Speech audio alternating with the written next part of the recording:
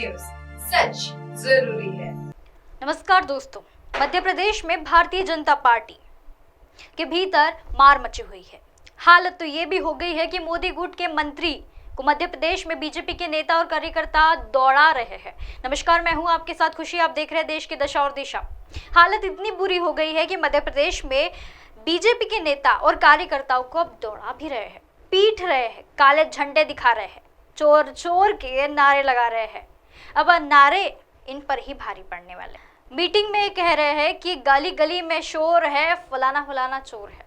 दोस्तों, याद कीजिए वो समय जब ऐसा था जहां कहा जाता था कि मोदी जी अगर कुत्ता भी खड़ा कर देंगे तो वो भी जीत जाएगा। मोदी जी के खड़े किए गए प्रत्याशी का विरोध करने की हिम्मत अब कोई नहीं जुटा पाता था। लेकिन आज हालत ये हो चुकी है कि मोदी जी जिन प्रत्याशियों को खड़ा कर रहे हैं उनका तो विरोध हो ही रहा है, बल्कि देश से आए मोदी जी के गुट के नेताओं, शिवराज सिंह के गुट या मध्य प्रदेश के गुट के नेताओं को पीटा जा रहा है, उनके बॉडीगार्ड्स को धो दिया जा रहा है। फायदा अब कुछ नहीं रहा। अब जब पतंग का कटने का समय आता है ना, तब यही होता है। जब सुप्रीम लीडर तानाशाह हो जाता है तो बगावत ना उसी की गैंग से शुरू होती है। यही तो हो रहा है मध्य प्रदेश के भीतर। ये देखिए, यहाँ मोदी जी के केंद्रीय मंत्री मध्य प्रदेश के चुनाव प्रभारी भूपेंद्र सिंह यादव है। ये जबलपुर में थे क्योंकि चुनाव प्रभारी है, इसलिए बीजेपी के नेताओं में मध्य विधानसभा सीट को लेकर के लिए बातचीत हो सके, ताकि मोदी जी दिल्ली में बैठकर बड़ा गल्ले का टिकट बांट सके। जो आदमी यहाँ तक का नहीं है वो उनकी टिकट को कहाँ देगा।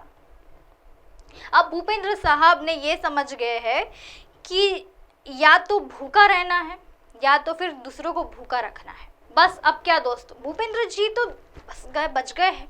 उनके बाउंसर का ये तक के कहना है कि अब उनके बॉडीगार्ड जो कि बीजेपी के नेताओं को कायदे से डाल रहे थे वो जमकर सूते जा रहे हैं।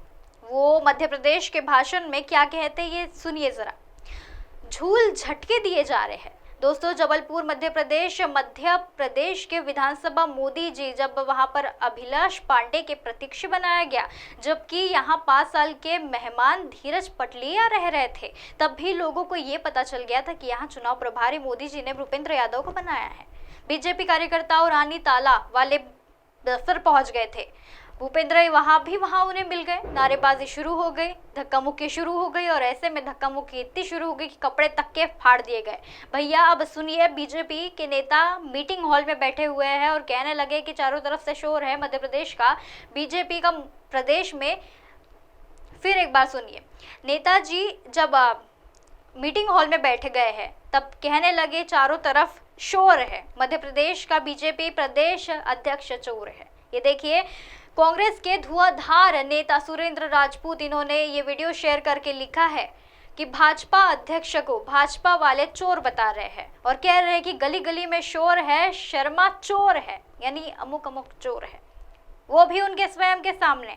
जन्नत चुराया नहीं जाता, जन्नत लूटा जाता है। भाजपा ने तो भाजपा वालों को ही चोर बताया।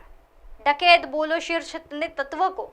यहाँ तक कि दूसरे वीडियो की तस्वीर यहाँ देखिए, इसमें बीजेपी नेता है जहाँ पर बीजेपी प्रदेश के प्रभारी ने कपड़े फाड़ने की तक की कोशिश की। देखिए ये पीयूष बबले ने यहाँ तक की वीडियो शेयर किया है। यहाँ लिखा गया है कि जरा देखिए, पीयूष बबले लिखते हैं कि जबलपुर में भाजपा नेता भूपेंद्र यादव के सामने लगे हुए हाय हाय के नारे कार्यकर्ताओं के कपड़े फाड़े जा रहे हैं। यादव के पीएसयू को पटका जा रहा है, पीएसयू कार्यकर्ताओं पर पिस्तौल निकाले जा रहे हैं, भाजपा को मिट्टी कूट में दिया जा रहा है। दोस्तों, इतना ही नहीं, टिकट काटने से लेकर भाजपा नेताओं में इतनी भयंकर गुस्सा है कि ज्योतिरादित्य सिंधिया ने गार्ड से भी हाथापाई कर ली। यहाँ देखिए, पीयूष बबले ने ये तक के लिखा है कि सिंधिया गार्ड के साथ साथ मारपीट, जोरदार हंगामा, एक वीडियो भी पोस्ट किया है।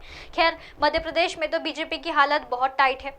अब हालत तो ये हो गई है कि शिवराज को किनारे करके मोदी जी अपने चेहरा को चुनाव लड़ना चाहते हैं और भारतीय जनता पार्टी के नेताओं में आपस में लड़ाई लड़ाना चाहते हैं।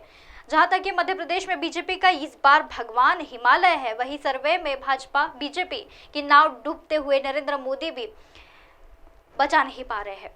मंत्री संसद अब विधायकी का चुनाव लड़ने के लिए उतर दिए गए हैं। लेकिन सब कुछ बेकार साबित हो रहा है। जहां की 17 तारीख का वो चुनाव लड़ने होंगे, वही 3 तारीखों को नतीजे अब आ जाएंगे। अब देखने वाली तो बात यही है कि इन्हें टिकट मिलता है या नहीं। बात तो जो भी होगी, जीत तो इनकी होने वाली है। आज के प्रोग्राम में बस इतना ही। कल फिर मिलूंगी एक नए टॉपिक को लेकर। तब तक के लिए बने रहिए देश की दशा और दिशा में।